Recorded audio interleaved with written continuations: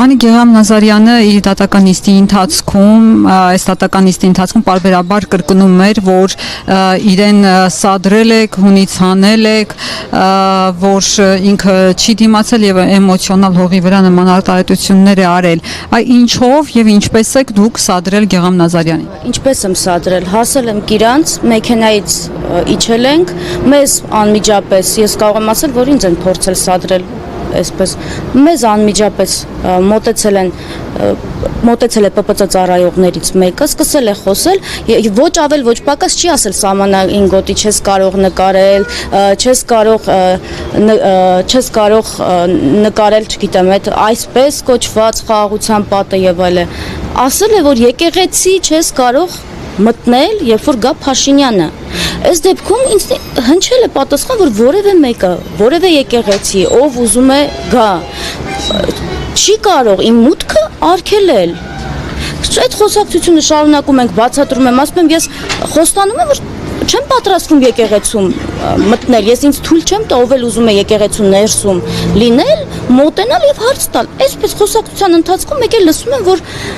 Էսից թե ինչ գործ ունի, սրանց տեղից տարեք, ու այնտեղ, եթե ես ասեմ տասնյակ, դուք ասեք 2 տասնյակ այդ տարածքում ՊՊԾ ծառայողներ կադրում մի քանիսն առնվազն երևում են, բայց այդտեղ ամբողջ իր բարձր ձայնը, որ ինքը գոռում էր այգու տարածքում, այնտեղ կային, որտեղ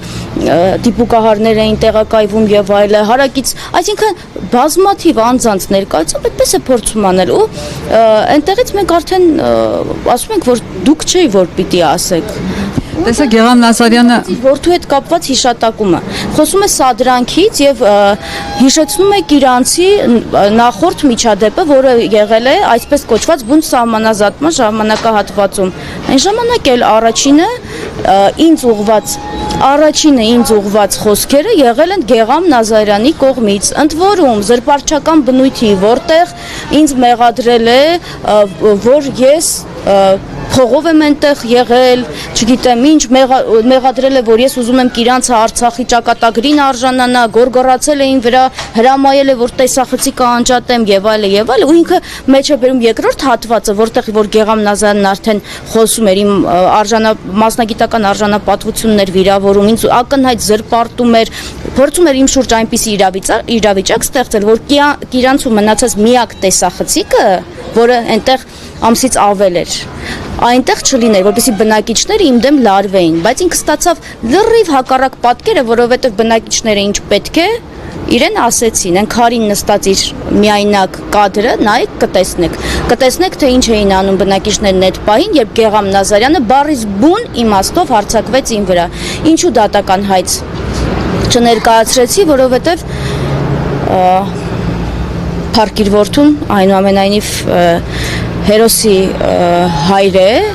այդ անգամ չներկայացրեցի, բայց այդ անձի կողմից շարունակական կերպով փորձել հանրային վայրերում նսեմացնել, խանգարել, փորձել իմ օպերատորին ասել մի նկարի, մի տեղից փորձել հրահանգել ՊՊԾ-ին, որպեսզի ինձ տանեն։ Ինքը ունեք ինչ գիտեր, ես թույլտվություն ունեմ, չունեմ, ինձնից էր հարցրել, մուտքը Կիրանց ինքն է սենց ցուցակագրում է, ով ունի թույլտվություն, ով չունի թույլտվություն։ Իսկ ինքը հարցրել է, անկախ նրանից նորից եմ կրկնում, ուղիղ եմ ասում, որ ինքը հիմա որքանով է իր քաղաքական հետագծով, որը ինքը դեմ չի, որ անբարոյական անվանեն, ցանկալի նույն իրենց Կիրանցում, նույն մեր բոլորի, նույն այն ժողովրդի Կիրանցում։ Լավ, Անի, մի հարց էլ տամ,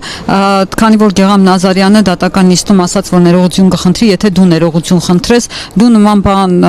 կանես, թե չէ։ Ես նախահարցակ չեմ լինելու, որտեղ այս պատմության մեջ ի սկզբանե նախահարցակ ես չեմ եղել։ Ի սկզբանե նախահարցակ եղել է Գեղամ Նազարյանը։ Առաջին միջադեպում ես 10 րոպեից ավել փորձել եմ իրեն հանգստացնել։ 10 րոպեից ավել, բայց ինքը միևնույն է շարունակել է նույն ոգով, իդեպ բնակիչների հետ էլ էր վիճում, ովքեր ճանապարհ են փակել։ Երկրորդ միջադեպի ժամանակ եւս ես նախահարցակ չեմ եղել, բայց եթե մարդը առանց այն էլ իմ գործունեության շուրջ որոշակի լարվածություն կա, գիտեք, սուր հարցեր եւ այլն, Նիկոլ Փաշինյանի հետ ինքն էլ չերքեց, որ Նիկոլ Փաշինյանի համար էր այնտեղից փորձում ինձ, այսինքն, չգիտեմ, ՊՊՑ պետեր գուցե ես չգիտեի Նիկոլ Փաշինյանի, եթե ես անտեղյակ եմ եղել, դրա համար կարամ ներողություն խնդրեմ, ես չգիտեի, որ Գեգամ Նազարյանը Նիկոլ Փաշինյանի անվտանգության ծառայության պետն է։ Եթե պետն է, իրազեկեք, այս դեպքում խնդիր չեմ տեսնի։ Բայց եթե իմ նկատմամբ եւ ոչ միայն իմ նկատմամբ, այլև միտումնավոր կերպով պատկերացրեք, ասում եմ, եւ իր ընկերուհին հիմա էլ Կիրանցի պայքարող աղջկան է թիրախավորում, բարբերաբար ինքը թիրախավորում է, փորձում է իմ պատվի արժանապատվության հետ խաղալ, մեկ որպես կին, մեկ ասում է, օրինակ առաջին անգամ ընդհանրապես չէր ընդունում, որ ես լրագրող եմ, դες կիսատ պռատ ներողություններ խնդրում, ասում էր, եթե ես որևէ լրագրողի, եթե եղել է այնտեղ լրագրող եւ ես վիրավորել եմ, ներողություն եմ խնդրում, հիմա պարզվում է, որ ինքը նկատի ունի իմ լրագրողական գործունեությունը, հիմա կողմնորոշվեք, պարոն Նազարյան, ինձ լրագրող եմ, լրագրող չեմ, իմ լրագրողական գործունեությունը նկատի ունեիք վիրավորելուց, իմ լրագրողական գործունեությունը նկատի չունեք, ես չգիտեմ, բայց այնուամենայնիվ, եթե ինքը ներողություն խնդրեր, այստեղ իմ համար նյութական պահանջը ամենևին էլ առաջնային չի, բայց նա ասում է իմ ընտանիքը իմ ընտանիքը ինչ կասի, իմ ընկերները ինչ կասեն, իսկ ձեր ընտանիքը, ձեր ընկերները ինչ էին ասում, երբ որ դուք ընդդիմադիր ուժի հարթակից խոսում էիք ձեր որդու վերաբերյալ Փարքիր հիշատակին եւ այդ ճանապարհով ընդդիմադրի մանդատ էիք վերցնում եւ հիմա ինչ են ասում, որ նույն այդ ընդդիմադիրներին ամենավերջի մեղքերի մեջ մեղադրում եք եւ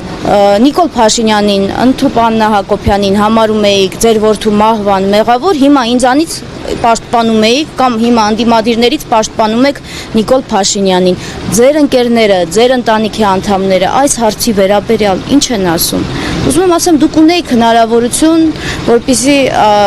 այլևս այս թեման չշարունակվեր եւ ունեիք հնարավորություն, որպեսզի հանրային վայրում միմյանց տեսնելիս գոնե մենք այդ ստիպված չլինեինք միմյանցից շատ հեռավորություն պահպանելու, այնպես ինչպես օրինակ այն ժամանակահատվածում, երբ ես աշխատում էի Արմյուս հեռուստաընկերությունում, Թերթեյեմում եւ պարոն Նազարյանը ինձ հաճույքով հարցազրույցներ էր տալիս։ Շնորհակալ ենք շատ։ Հարգելի հետևորդներ, ես հիշեցնեմ, որ այս պահին մենք գտնվում ենք Երևան քաղաքի Առաջին Ատյանի ընդհանուր իրավասության